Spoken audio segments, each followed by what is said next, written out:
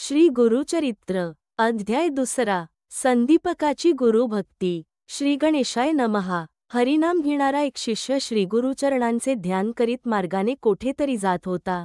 दमल्यामुळे तो एका झाडाखाली विसावला। भस्म, व्याघ्रचर्म आणि पीतांबर धारण केलेला एक योगी त्याच्या स्वप्नात आला। त्याने नामधारकाच्या भाळी स्वहस्ते भस्म लावले व त्याला अभयदान दिले। नामधारकाला एकदम जाग आली। त्याने भोवताली पाहिले पण कोणीच दिसले नाही। तो आश्चर्य करीत पुनश्च मार्गस्थ झाला। काही अंतरावर त्याला स्वप्नातील योग्याचे प्रत्यक्ष दर्शन झाले।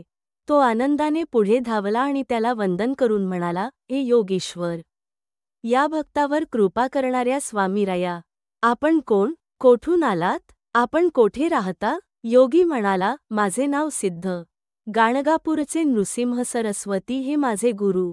नामधारक म्हणाला, मीही नित्य श्रीगुरूंचे ध्यान करतो, मग माझ्या नशिबी ही कष्टप्रद अवस्था का? योगी म्हणाला, नामधारका, तू त्यांची एकनिष्ठेने भक्ती कर, मग तुला त्यांच्या कृपेची साक्षात अनुभूती येईल। पूर्वी ब्रह्मदेवाने कलियुगाला श्रीगुरूंचा महिमा सविस्तर सांगितला, तोच मी तुला सांगतो ऐक। सृष्टीच्या आरंभी विष्णूने आपल्या नाभिकमलातून ब्रह्मदेवास उत्पन्न केले। त्याला 4 वेद दिले व त्यांना अनुसरून जगाची निर्मिती करण्यास सांगितले। त्याप्रमाणे त्याने विश्व निर्माण केले। 4 प्रकारची जीवकोटी उत्पन्न केली। मग त्याने काळाचे 4 विभाग करून 4 युगे निर्माण केली। त्यांना क्रमाने पृथ्वीवर धाडले। कृतयुगाच्या प्रभावाने लोक सत्प्रवृत्त व सन्मार्गी झाले। त्रेतायुगाच्या प्रभावाने लोक यज्ञाद्वारे स्वतःचे कल्याण करून घेऊ लागले। द्वापारयुगाने आपल्या स्वभावधर्माप्रमाणे पाप व पुण्य समसमान केले। त्यानंतर ब्रह्मदेवाने कलियुगाला बोलावून घेतले। ते वृद्ध आणि वैराग्यशून्य होते। कलह आणि द्वेष यांना बरोबर घेऊनच ते आले होते। त्याने उजव्या हाताने स्वतःची जीभ व डाव्या हाताने शीश धरले होते। ब्रह्मापुढे अधोमुख उभे राहून म्हणाले, हे विधी, मी दुर्जनांचा मित्र व सज्जनांचा वैरी आहे। जे वाणी, रसना व कामवासना ताब्यात ठेवतात त्यांना मी काहीच करू शकत नाही। गुरुभक्त, शिवभक्त, हरिभक्त, सदाचारी, धर्माचरणी यांच्यापुढे माझा काय निभाव लागणार?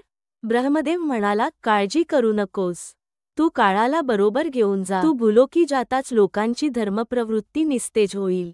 सज्जनही पापप्रवृत्त होतील, त्यांना तू पीडा दे। जे लोक तुला वश होणार नाहीत असे पुण्यवान सज्जन फारच थोडे असतील। निर्मळ मनाचे, निष्कपटी, निर्लोभी, माता, पिता, देव, ब्राह्मण, गुरु, गायी व तुलसी यांची सेवा करणाऱ्या साधुजनांना तू कधीही त्रास देऊ नकोस। ही माझी आज्ञा आहे। कलियुगाने ब्रह्मदेवाला गुरुचे स्वरूप व महात्म्य विचारले। ब्रह्मदेव म्हणाला, गुरु हा शब्दच 4 मुक्तींची प्राप्ती करून देणारा महामंत्र आहे। गुरु हाच ब्रह्मा, विष्णू, महेश। देव कोपले तर गुरु रक्षण करील, पण गुरु कोपला तर कोणीच रक्षण करू शकत नाही। गुरुभक्तीने जगाच्या रहस्यांचे आकलन होते। भक्ती, वैराग्य व सत्प्रवृत्ती वृद्धिंगत होते। गुरुमुखातून ऐकले म्हणजे शास्त्रार्थांचे व्यवस्थित आकलन होते। गुरुच्या सेवेने कायिक, वाचिक व मानसिक शुद्धी आणि सर्व प्रकारच्या सिद्धी प्राप्त होतात। त्याविषयीची एक कथा सांगतो ऐक। पूर्वी गोदावरीच्या तीरी अंगिरस ऋषींच्या आश्रमात पैल ऋषींचे शिष्य असलेले वेदधर्म नावाचे मुनी राहत असत। ते आपल्या शिष्यांकडून वेदशास्त्रांचा अभ्यास करवून घेत असत। एकदा ते सर्व शिष्यांना उद्देशून म्हणाले, माझे पूर्वजन्मींचे शेष पापभोग याच देही भोगायचे आहेत। त्यासाठी मी काशीस जाणार आहे। तेथे मला कुष्ठरोग होईल, मी आंधळा व पांगळा होईन, मला 21 वर्षे सांभाळावे लागेल। हे एक खडतर सेवाव्रतच असेल। त्यावेळी तुमच्यापैकी कोण माझी सेवा करील ते सांगा। ते ऐकून संदीपक नावाच्या शिष्याने, मी तुमची सेवा करीन, तुम्ही अनुमती दिलीत तर तुमचे सर्व पापभोग मी स्वतः भोगीन, असे सांगितले। वेदधर्मांना परत संतोष वाटला। काही दिवसांनी वेदधर्म संदीपकाला घेऊन काशीस आले। तेथे त्यांना कुष्ठरोग झाला। त्या दुःखाने त्यांचा पूर्वस्वभाव बदलून ते हट्टी, चिडखोर, उर्मट, क्रूर व शिवराळ झाले। अनंत हालअपेष्टा सोसून संदीपक गुरुसेवेत तत्पर राहिला। संदीपकाची एकनिष्ठ सेवाभक्ती पाहून विश्वनाथाने त्याला दर्शन दिले। त्याला वरदान मागण्यास सांगितले, पण त्याने काहीच मागितले नाही। मग विष्णूने दर्शन देऊन वर मागण्यास सांगितले. तेव्हा संदीपकाने माझी गुरुभक्ती अधिकाधिक दृढ होवो असा आशीर्वाद मागितला.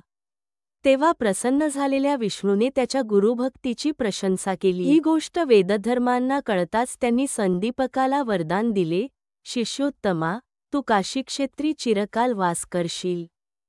तुझ्या स्मरणाने लोकांचे दुःख, दैन्य जाऊन त्यांचे कल्याण होईल. वेदधर्मांनी शिष्याची परीक्षा घेण्यासाठीच कुरूप धारण केले होते. त्यानंतर ते दिव्यदेही झाले. लोकांच्या कल्याणासाठी आपल्या शिष्यासह काशीतच राहिले. सिद्ध म्हणाला, नामधारका, गुरुचे महात्म्य लक्षात घेऊन त्यांची दृढभावाने सेवाभक्ती करावी. गुरुभक्तांवर शंकर नेहमीच प्रसन्न असतो. इति श्रीगुरुचरित्र परमकथाकल्पतरौ श्रीनृसिंह सरस्वत्युपाख्याने सिद्धनामधारक संवादे शिष्यदीपकाख्यान नाम द्वितीयोऽध्यायः. श्रीगुरुदत्तात्रेयार्पणमस्तु.